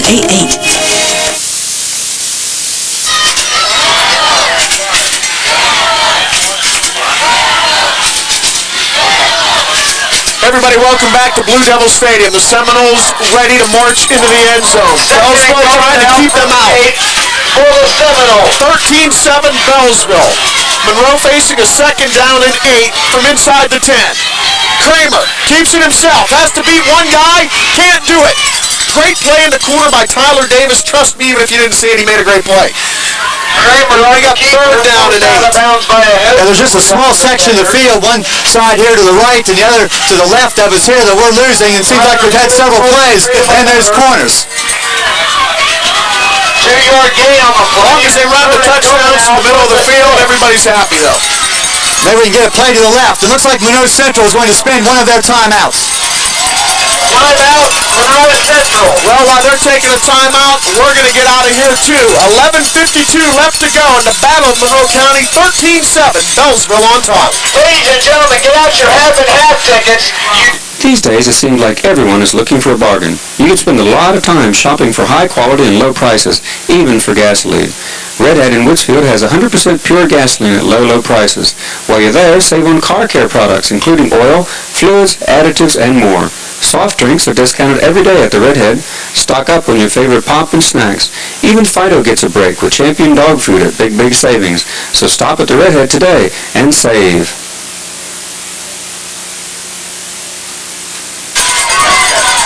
Hey everybody, welcome back. David Lucas here with Jeff Stevens. Monroe Central knocking on the door. Third and goal from the 6. Monroe down by 6 points. Kramer out of the shotgun. Looking middle. Touchdown, Monroe Central. We have a tie game. They've come back from a 14-0 deficit to knock this thing up in a blink of an eye.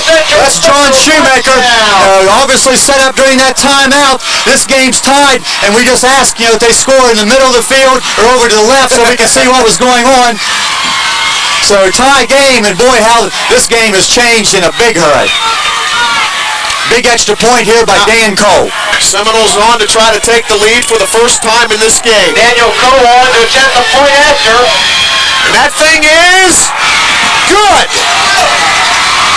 Monroe Central takes the lead after trailing throughout this game. Beallsville went into halftime up 14-0 after dominating the game, and now they find themselves trailing 14-13.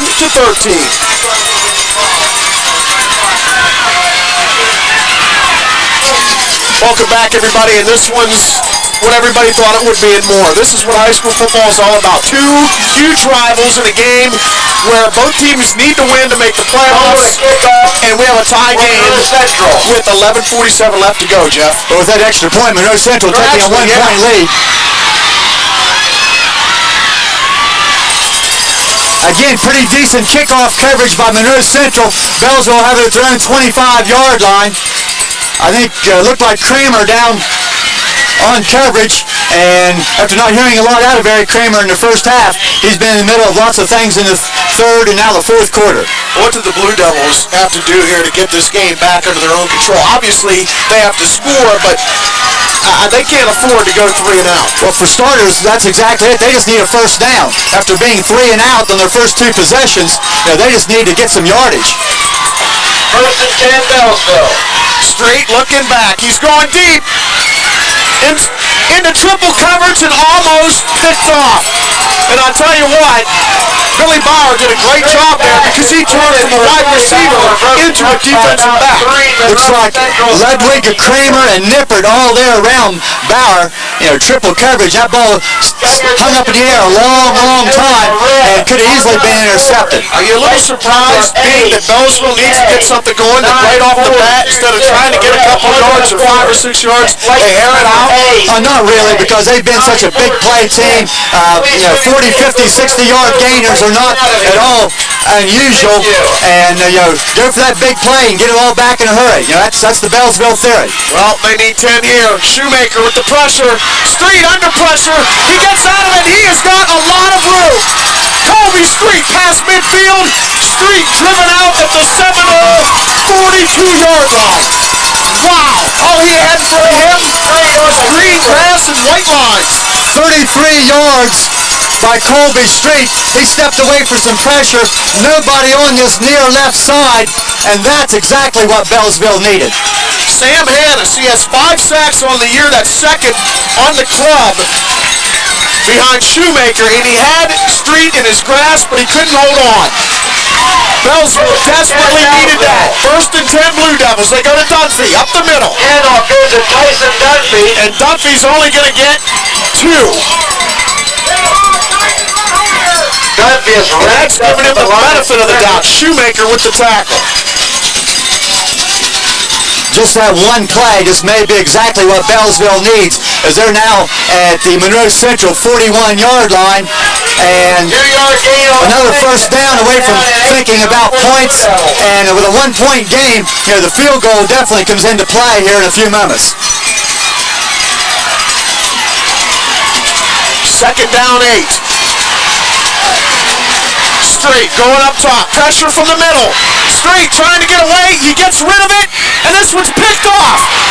It's picked off by Eric Kramer, and the guy who I just told you about for Monroe Central, Sam Hannis, gets in there, hurries Street, and it pays off for Monroe Central. Again, Street stepping away from the pressure, hit as he threw, the ball staying up in the air a long time, and Kramer stepping in, making the interception, and now Monroe Central defense once again making the play. They have the ball, and for the first time tonight, Monroe Central the ball and the lead. That's a case we have an immensely talented quarterback, maybe trying to do too much. Eat it, throw it away, but never just throw it over the middle of the field. I'm sure he's gotten away with that strong arm throw many times, but that was not the case. Well, you know what Monroe's going to do? They're going to stay on the ground here and try to eat up that clock. They have a 1-point lead, and they keep it on the ground with Trigg. And he picks up 5 yards. 14-13. Monroe Central on top with 10, 22, 21, 20 left to go in this game. Their time of possession because of incomplete passes and out-of-bounds play. Beallsville probably has not had the ball more than a total of 3 to 4 minutes at the most here in the second half. Monroe Central with 2 long drives, and if they drive it down again, they'll be able to put this game away very shortly. Second down and 4. Jones and Weddle in the backfield. They go to Weddle. Weddle pulls his way for a first down. The Seminoles are moving the chains, and that's bad news for the Blue Devils. You know, I talked there in the first half when Beallsville was doing a great job protecting Street, you know, their offensive line, and really, Beallsville won the battle of the trenches in the first half, but the battle in the trenches this second half has not even been close. Monroe Central's offensive line is just dominating the Beallsville defensive front. 38-yard line, the Seminoles have it, 1st and 10. High formation. Sikosta and company keeping it on the ground. This time it's Jones. Jones to the outside. Looked like he had more than he ended up getting. Now, not as much as it looked like he was going to get. I see Stewart and Davis getting up there. Jones, the ball carrier. But still, about 3 yards on first down. For the Blue Devils. 30-yard gain on the play will make it second. Beallsville definitely has to keep Monroe out of the end zone here. They really have to keep them out from between the field goal posts also. They cannot give up any points, really. Under 9 minutes left to go in the game. They're trailing, and they need to get good field position. 2nd down, 7. Jones, right up the gut, and he's going to be 3 yards shy of a first down. So this is a huge 3rd down play here for both teams. Ball carrier, picked up by Ben If the Seminoles get it, then obviously they move the chains, and they have a first down in midfield with under 8 minutes to go. If Beallsville stops them, then they're more than likely going to get great field position for what could possibly be a final drive. 14-13 Monroe. 10 seconds left. 3rd down and 3. They go to Weddle, and Weddle goes nowhere. Huge hit. I believe by number 40, Adam Club. Adam Club, right velocity. That's exactly what Monroe and company needed. Probably the first, well, definitely the first big defensive play that we have seen in the second half, forcing Kramer into punt formation, getting the ball back to Beallsville, and as long as the Devils have the ball, I'm sure they feel good. On the punt, Davis and Street are deep for Beallsville. Nice punt. This one's going to be taken by Colby Street at the 20. Street bringing it upfield. Street still on his feet, and he brings it out to the 37-yard line of Beallsville. So the Blue Devils take over in good field position with 7:21 left to go in this game. Excellent return, 17 yards there. A decent enough punt by Kramer, but again, Street catching the ball, not letting it hit the ground. That's, you know, good play number 1, and then picking up 17 yards. So just past the 37-yard line, you know, for Beallsville, that's real good field position. Take over, 1st down and 10. Street under center. Tyson Dunphy, the lone setback. And they're going right to the air. And here comes Hannes right up the gut. Street eludes some pressure. He's going deep. And Beallsville has a big day. Oh, Tyler Davis. Tyler Davis with a huge, big, monstrous reception for the Blue Devils. Inside the 5 of the Seminoles. 7:09 left to go. You better believe it. Kenny Norton with the pressure, and Street does an excellent job of getting loose. Stepped up in the pocket. It looked like he was going to run. Saw the man out there. 58-yard pickup. Now the Devils, like I said, you know, they have the ball. They feel real good, and they feel even better now that they're inside the 5-yard line. Wow, what a play. 14-13. Street takes the snap. Street, not quite. Street out of the shotgun and up the middle. Looks like he may have reached the 2. Wow, what a game.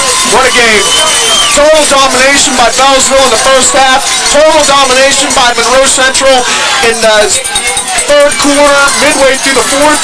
And now a huge play by Colby Street as Beallsville ready to take the lead again. A high-powered offense is only one play away from being in business, and we saw that. Street again on the keeper. Penalty flag's down. Street out of the shotgun up the middle again. I see a flag flying.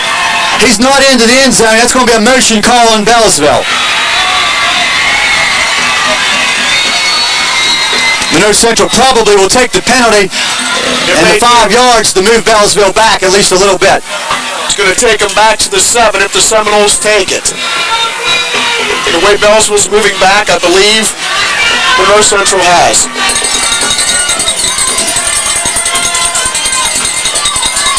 Illegal motion on Beallsville is the call. And that flag was on Colby Strait, the quarterback, and that's a little odd, trying to get a quick jump on that snap. He has had a running start as he was going toward the line. Getting goal now from the 7 for the Blue Devils. Legal play in Canada, but not here. Second down and goal from the 7.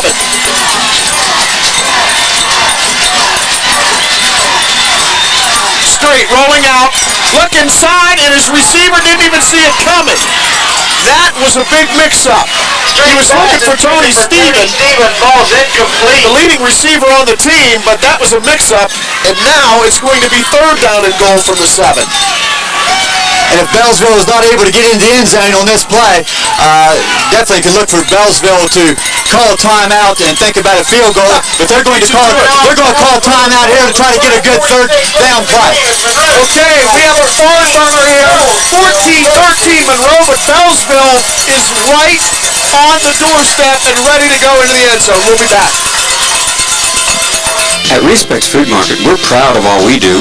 From our humble beginning in Woodsfield in 1929, we've grown to several stores throughout the Ohio Valley. We strive to combine the same small-town friendliness with the buying power of the chain store to give you, our friends and customers, the best of both worlds. And we take pride in our community, its people, and their accomplishments. We're proud to support all county schools and wish the Monroe Central Seminoles the best of luck. We're proud of all we do at Respects Food Market, and Seminoles, we're proud of you. Hey everybody, welcome back. David Bloomquist, Jeff Stevens here with you. Beallsville, third down and goal from the 7. They trail by 1. 5:46 left to go in the game. Straight, fakes it to Dunphy. Looking end zone, underthrown. Chris Stewart was the intended receiver. He tried to come back. The grass just a little wet. Lost his footing. Incomplete. And looks like the decision has been made. We're going to get a field goal attempt by Colby Strait. How has Street kicked this year? Do you know? How has Street performed? He's a very good kicker. As we said, does a little bit of everything. He's kicked a couple of field goals and a bunch of extra points. So this is straight on. It's going to be about 25 yards. Not much more than an extra point. But he did miss an extra point earlier in the game. 720-994. Bring that to the press box. Like we were talking about with these small goalposts here, it's hard to judge whether a kick is good or not. Here it is, Street from 24 yards out, and for the lead, and there's a flag. We're going to get a whistle. Delay of game. Oh, that's just a crucial mistake there. Crucial mistake, not getting your people on the field there. Game on the offense is the flag. Now you have to go back 5 yards. It becomes a 30-yard field goal, and that much more difficult from 5 yards back. Mr. Hawley, one of the assistant coaches, telling us here from Beallsville that is definitely Street's limit, 30 yards. So this is going to be very interesting. Colby Street on to try the kick that will put Beallsville on top. There's a snap. It's down, and it is. It's good. Colby Street nails it.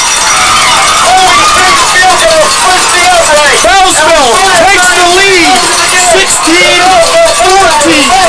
Wow. We're going to take a break. I can't even talk anymore. 16-14 Blue Devils. We'll be back. John and Steve of Weber's Pharmacy were born and raised in our area and care about you and your family. Over the years, they've served our community with after-hours emergency service, quality products, and competitive prices, friendly staff, and that special hometown touch. With that same spirit of hometown pride, John and Steve wish the Monroe Central Seminole teams and coaching staff good luck for a safe and successful season. Remember Weber's Pharmacy for all your healthcare needs.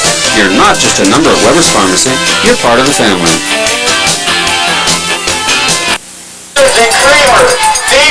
There's the kickoff, and it is an ugly one. That brings a penalty flag, and that's not what you want to do after a great drive like that. Street's punt. is out of bounds. You want to concentrate. It gets back to fundamentals. You want to kick the ball off good. That reminds me of an earlier game. Bridgeport Union Local at Morristown. Union Local took the lead on Bridgeport, who of course was undefeated at the time. They come up, get a bad kickoff right off the bat. Bridgeport took over at the 50, and the rest is history. That's one thing people don't put enough emphasis on is kicking. You have a good kicker. Look at Martin Sperry. Adams Zan, one of the best kickers in the Valley. Teams always take over deep in their own territory, and it's really a skill that isn't given a lot of time to practice. Yeah, and that's something, a little interesting choice here. You got three options. You can take the ball at the 35, or where it goes out of bounds, which would have been the 37, or take a 5-yard penalty and a re-kick. Monroe Central has chosen to take a re-kick, so they must feel that they can get a good kickoff return. It'll be interesting to see if this is a good decision or not. But look at it this way. At least he did that on the kickoff and not on the field goal. Right.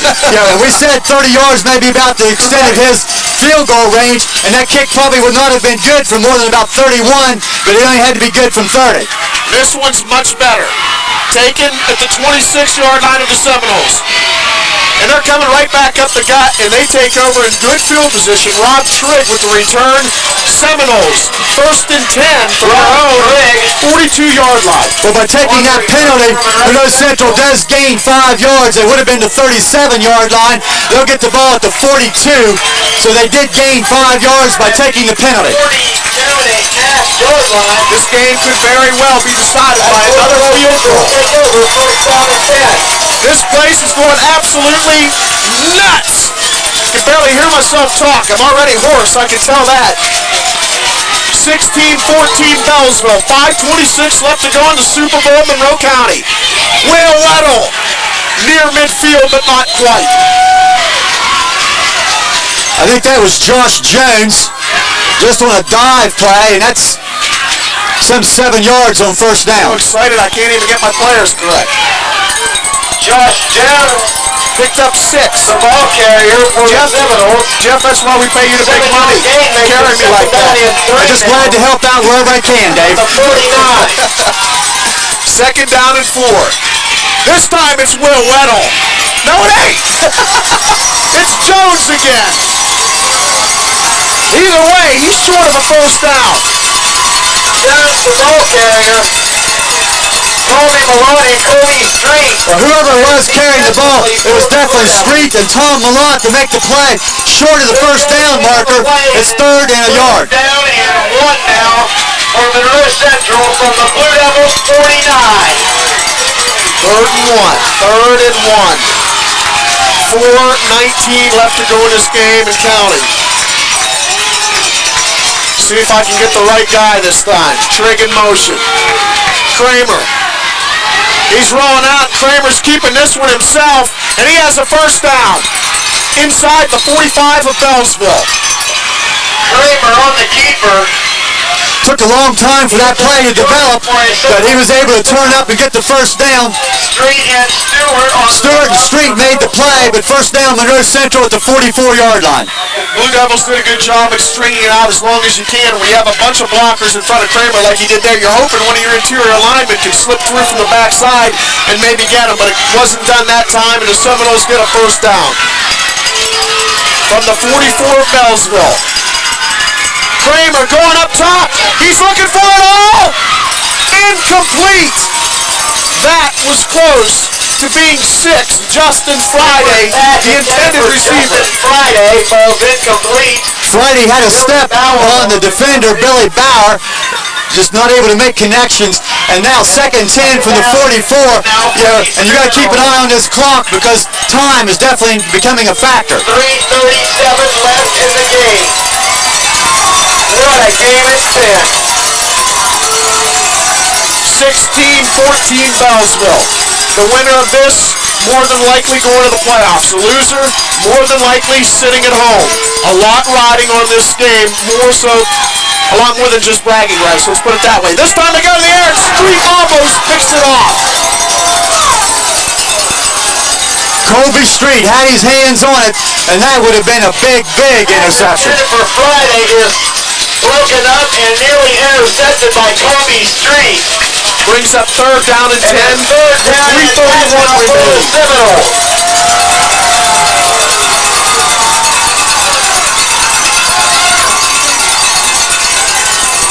1:31 left to go in this one. Third down, 10. Kramer in the shotgun. Trips to the right. He's getting pressure. He's going over the middle. Yes! Incomplete. Trigg was covered by Steve Holliday. And that was 4th down and 10. It appeared that Trigg had a step, and the difference we have seen in the passing game with the Beallsville receivers able to adjust their routes for the underthrown balls. Trigg not able to do that, so 4th and 10, and Monroe Central is going to spend a timeout. What do you think? Fourth down territory, or do you punt? 3:25 left.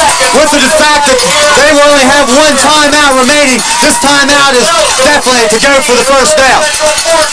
How about if we take a timeout, or you want to keep going? All right, we will. 16-14, we'll be right back. Westcourt Hair Fashion's new in name but the same in advanced high-tech hair care products and services. Westcourt is staffed with 10 highly qualified technicians to serve their clients' different needs.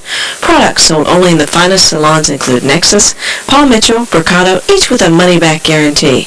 To keep that healthy look all year round, 2 Wolf tanning beds along with the best tanning and skincare products. Call 472-5350 today to get a new you at a new name, Westcourt Hair Fashions. Hey everybody, welcome back. Well, it's down to the nitty-gritty now.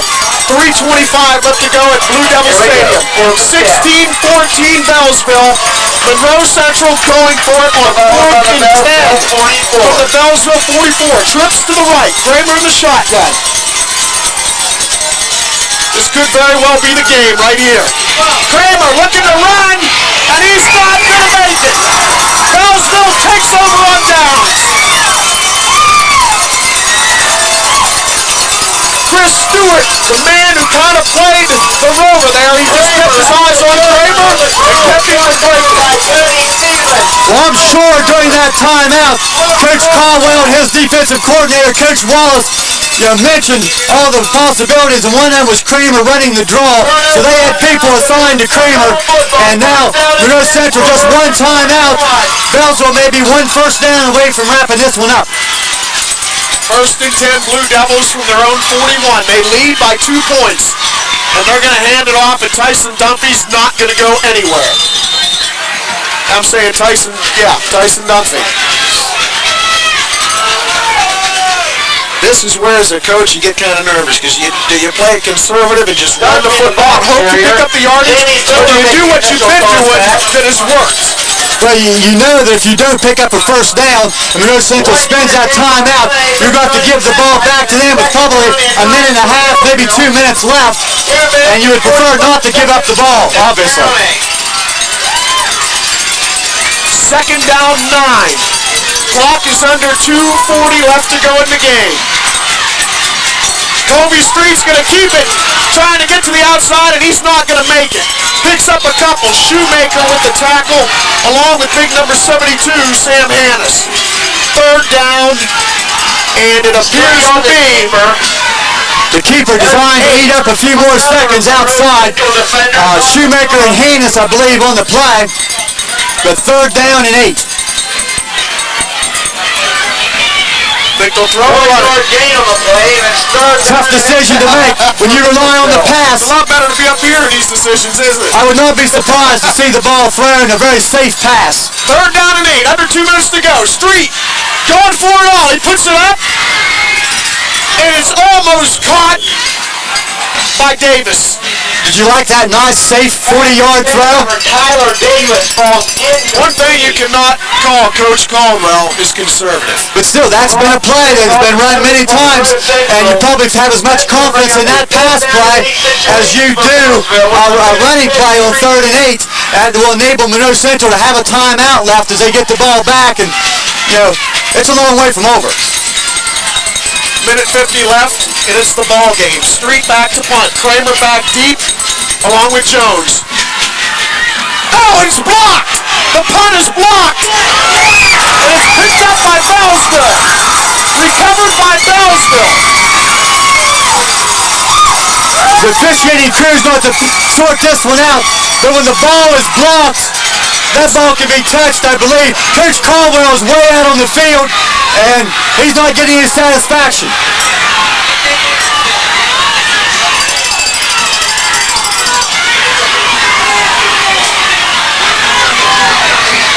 What's the argument? They didn't pick up the first down where they recovered it. They can't say that Monroe had possession of it because you just kicked him in the back. That's the misinterpretation there. Now, they're going to talk about it in a second. So, it looks like an NFL Sunday here as we're going to talk about it. I don't understand what they're talking The ball was touched after it was blocked by Monroe Central, but I think that's the thing is the officials are looking over They have to there. agree on who was in possession. There was no